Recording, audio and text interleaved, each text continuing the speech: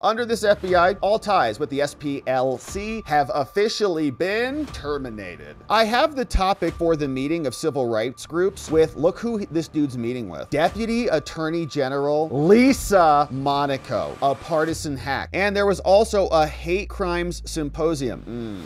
Yeah, Cravens equated, this is insane, viewpoint diversity with white nationalism. That's amazing. Kash Patel, the Terminator, now explaining that the FBI has cut all ties with the Southern Poverty Law Center, now officially terminated. And it's not just the Southern Poverty Law Center, a communist Democrat hate group that just writes articles and smears people who they don't agree with. Well, it's not just them. They're joined by another termination from Kash, the ADL. And so when it came to the ADL, this one dropped first. They said, James Comey wrote love letters to the ADL, and they embedded FBI agents with them. This is a group that ran disgraceful ops spying on Americans. But that era is over. The FBI won't partner with political fronts masquerading as watchdogs. And we're excited to see this because this goes much deeper than you might even think. It's not like they just wrote articles and just published them on the internet so then Wikipedia could reference them, and so then Google could reference Wikipedia, and then Wikipedia could elevate certain responses, and Google could elevate certain algos changes to put information in front of people that they otherwise wouldn't see, right? All of that was a brainwashing scam and of course propaganda operation, but it's much deeper than that, okay? These groups are so sick that they actually were spying on people. They were training DOJ prosecutors and much worse. We're going to come into some emails that America First just released for us. Amazing. Explosive documents showing how Biden's DOJ and their partnership with the Southern Poverty Law Center were being used again to attack Americans. So just like they would outsource censorship to Facebook or to Google and YouTube, and they would have Rob Flaherty over from the White House screaming at people in emails, you better cancel this. Sending messages to Elvis Chan in San Francisco, FBI agent, who was then putting pressure on the social media companies and interfacing. All of that was to censor you without the government actually doing the censoring. They can't go and say, cancel all these people. So then they would just kind of, funnel it to the socials and funnel it to these other groups, these other,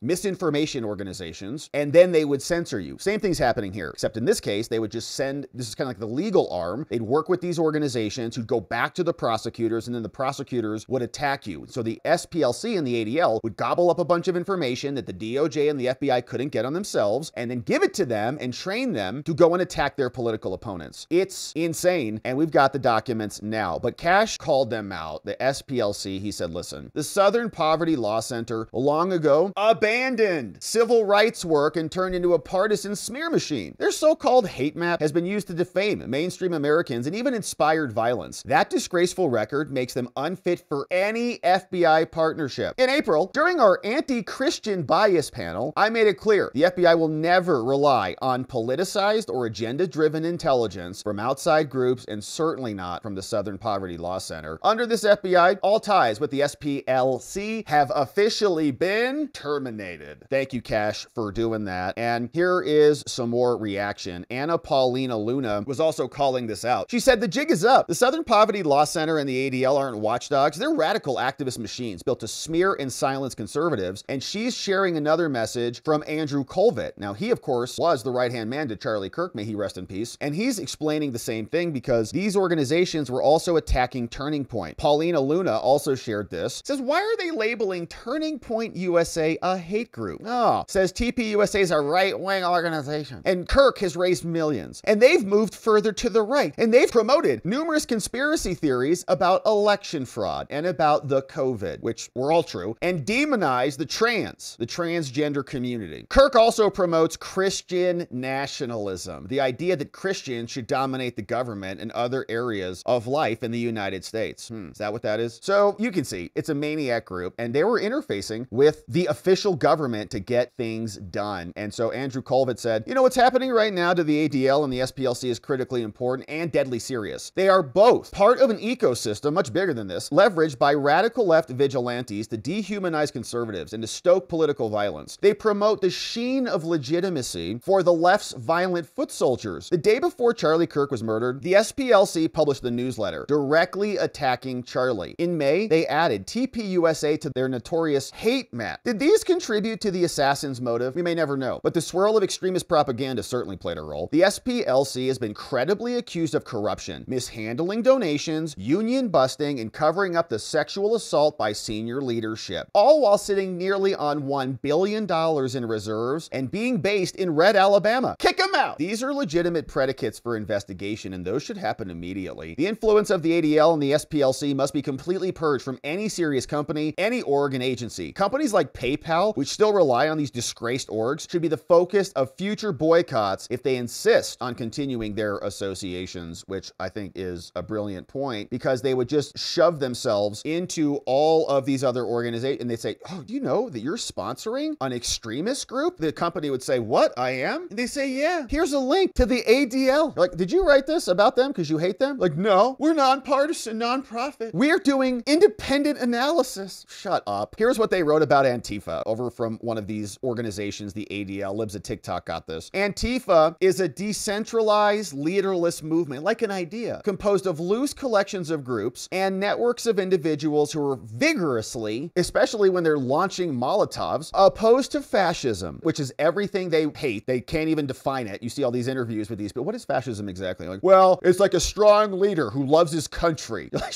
what? That's your idea of fascism? In order to be not a fascist, you have to like hate your country and want to wreck it or something. And they are focused, they're doing legitimate work on countering right-wing extremism, both online and on the ground. While some Antifa adherents have engaged in violence or vandalism at rallies, this is not the norm. They're good people, despite disinformation campaigns that suggest otherwise. Okay, they're enabling Antifa because it's their people. These are the communists who set up the institutions to support other communists, and then they go and they co-opt the institutions of power, and then they go to Turning Point and they say, yeah, they're trying to educate, and many of these are many controversial incidents that are problematic comments by TPUSA people, and of course, TPUSA listed right here in their glossary of extremism and hate, putting TPUSA in there. So it's much worse than them just spreading stupid articles all over the internet and harassing companies to follow their political propaganda. It's gotten deeper now that we've got documents released from America First Legal. And what they're saying over here from the New York Post, to summarize it all, is that these people, these orgs, and SPLC and ADL, they're basically interchangeable, two sides of the same coin, they helped train Biden's prosecutors. They had exclusive access to certain hate crime data so that they could go and pervert the data. And then, of course, you hear all these lefties like, well, you know, there's an epidemic of right-wing violence. Right-wing violence is much more broad than any of the left-wing violence. Go look those studies up. Where did they come from? The ADL, the SPLC, or their related organizations. They're all just made up and fake. And they are saying, well, we got access to the FBI numbers. And then they pervert them because the FBI at the time was as corrupt as anybody. So the documents came out from America First Legal. They filed a FOIA request. They dropped this over on X. They said, breaking, America First Legal has obtained thousands of pages of records exposing the DOJ of Biden and their shocking partnership and coordination with the radical Southern Poverty Law Center to weaponize civil rights enforcement, saying there's no daylight between the two. DOJ, SPLC, Finkel, and Einhorn, they're one and the same. Here's round number one. You can see one email came out, and it looks like this from Michael Lieberman. This was sent back on December 6, 2022 to Robert Musi over at CRT from Jonathan Smith, emails redacted. Here's the hate crimes data release. It says, hi, Robert. I hope you are well. You too, Jonathan. From Michael Lieberman. He sends this out. Yes, I appreciated getting an embargoed copy. I just finished my draft backgrounder and talking points and would love to talk to you about the report. Is now good or tomorrow morning sometime? I have the topic for the meeting of civil rights groups with, look who this dude's meeting with, Deputy Attorney General Lisa Monaco, a partisan hack, on Friday. So he's the senior policy lawyer on hate and extremism from the Southern Poverty Law Center. He's going to go meet with Lisa Monaco, who's going to weaponize the DOJ to go after conservatives on behalf of Merrick Garland, right? She was the real operator. Merrick Garland was like this. First of all, he should be charged as well, I mean, for all of this stuff. But just because he masqueraded as some like nice, you know, person who didn't get involved in the weeds on these things and wasn't very controversial himself personally, he delegated all of that out to Lisa Monaco, and he can't escape responsibility for that. So here's one. Hi, Michael. Were you in the group who got a preview from the FBI? Could we talk about the upcoming release? He says, yeah, I got one, of course. FBI sends me, Southern Poverty Law Center, preview documents, even though it's some ridiculous Democrat commie group. So here's more. Explosive documents obtained by FOIA reveal that the Biden DOJ DOJ gave these hate groups unprecedented access to influence federal civil rights enforcements. They weren't just at the table, they were running the show. Quarterly meetings, they had coffee and Danish, and they look like they eat a lot of Danishes, most of these people. If you look at them, you're like, oh, that's the problem. It's a Danish problem. It's like, I don't know why I can't get this under control. Danishes, you're eating too many Danishes, okay? Cut that out, coffee. And don't put all that crap in your coffee either, okay? It's not a milkshake. Training DOJ prosecutors for their little events. Hi, Nadia. Here's an email that came out from the Associate Deputy Attorney General called Maisha, working for Merrick Garland back in 2022, and Lisa Monaco. And she sends this email over from the government to Nadia Aziz. This is November, and they're verifying topics for their Wednesday meetings while they're going to stuff their faces. Hi, Nadia. Is there anything more from the groups about what will be on Wednesday's agenda? For now, I have these. LDF, which is about election security. Southern Poverty Law Center, public education about hate crime data.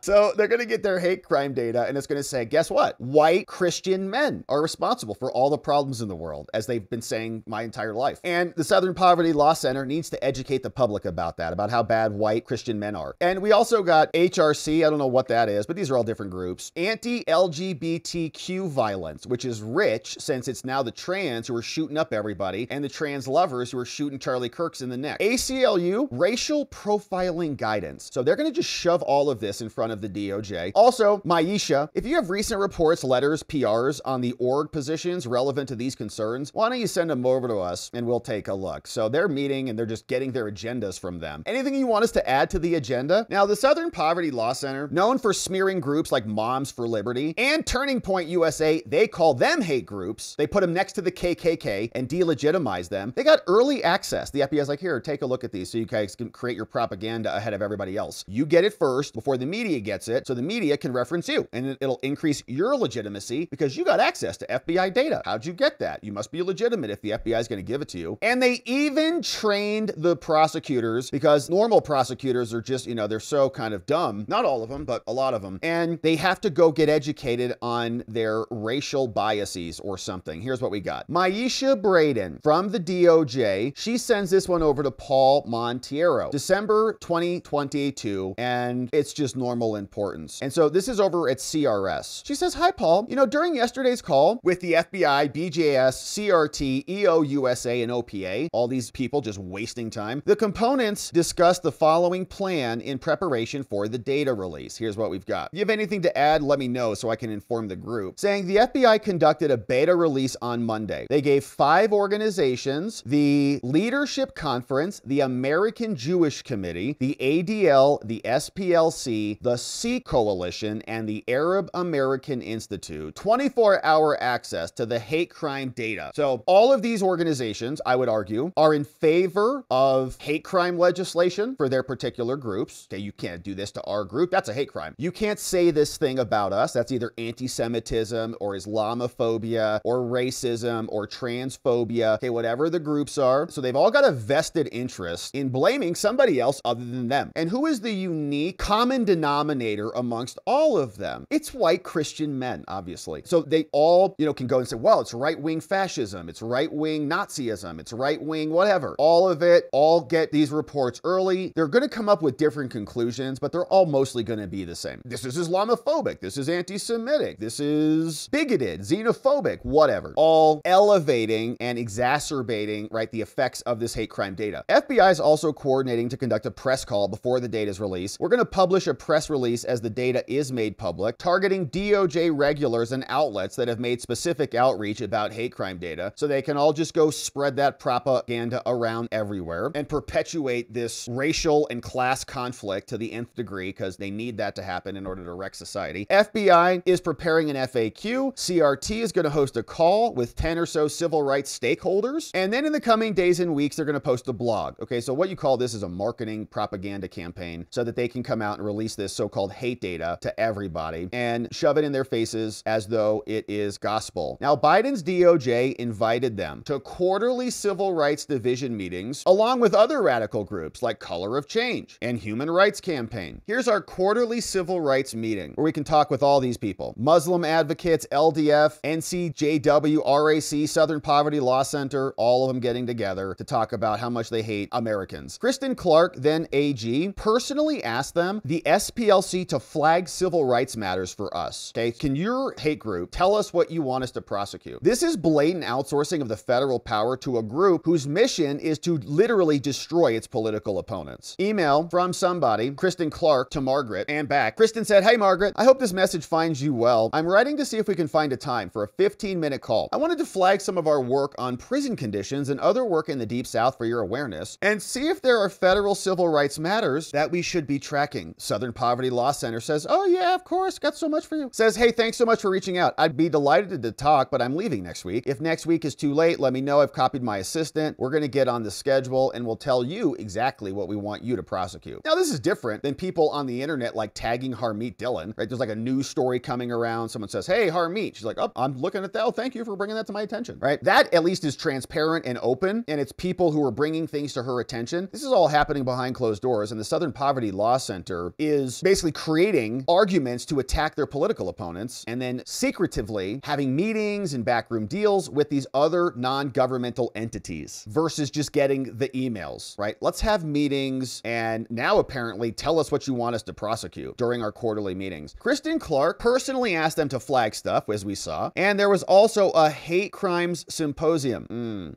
Yeah, Cravens equated, this is insane, viewpoint diversity with white nationalism. That's amazing. So they falsely tied AFL's lawsuit against Target to bomb threats. So here's another email. It says, "It's not too late. Should we mention this at the DAG meeting? From November 7 to 9, the criminal section will hold a hate crimes symposium focusing on the investigation of federal hate crimes. More than 100 prosecutors and other trial attorneys are going to be there. And while the presenters will involve CRM attorneys, there's also going to be staff from the Southern Poverty Law Center." Okay, so all these dumb prosecutors have to go understand, they have to be taught what hate crimes are in a little struggle session. And I have some empathy for these prosecutors. Like, they're probably like, we just have to go to these things. Like, it's our job now. We have to learn about hate crimes. And the Southern Poverty Law Center will tell us about how bad Charlie Kirk is. Now, just 1 month after the 10/7 attack, DOJ and the Southern Poverty Law Center focused on partisan causes with zero initiatives to combat anti-Semitism or to protect Christians and Jews from hate crimes, which we don't need hate crime protections as Christians. All right. I know there's a lot of anti-Semitism laws that are being shoved in our faces by this administration, but we don't need special rules for those things. There's already laws on the books. So anyways, the point is they're going to focus more on LGBTQ, which is the problem with creating hate crimes and all of these little new caveats for and exclusions for certain groups, right? This is the exact point. SPLC's inflammatory rhetoric has real consequences. They smeared Charlie Kirk as an extremist one day before his assassination by a radical leftist, but they didn't apologize for that at all. And Biden, of course, pardoned with them, trained their prosecutors, and all the documents are available. There's like 60 pages of emails, but it's disgusting. We're happy to see that there is a decoupling that is happening. All these agencies were just sucking off the taxpayer teat to create their weaponized propaganda organizations, all in the name of transparency or whatever, but they were just censors, and they were just attacking people that they did not like. And this is America. We have free speech, we have free association, we have freedom of religion, and people can have opinions about those without having to be attacked as haters or hate groups or any of these things, which unfortunately has become commonplace in America these days. And I understand the reaction on the right. I mean, after being scolded and lectured for 4 years about how hateful you were, and here, trans in your face, here, yeah, trans, all the play, everywhere you go, and painting the sidewalks and all the things, I understand, you know, the pendulum swinging the other way and using the law to codify and incorporate, you know, improvements to our society. But the improvement for America and Americans is to protect free speech, to protect our Bill of Rights, and not to create carve-outs for people and enable our DOJ, our government, to go and attack right-wingers, to go and attack Charlie Kirk for having conversations. So they don't deserve a dime. In fact, they deserve a lot of scrutiny. We'd like to know where a lot of their other funding comes from and how it's properly declared, whether it's coming from foreign nations or wherever. And I hope that this decoupling across the board continues.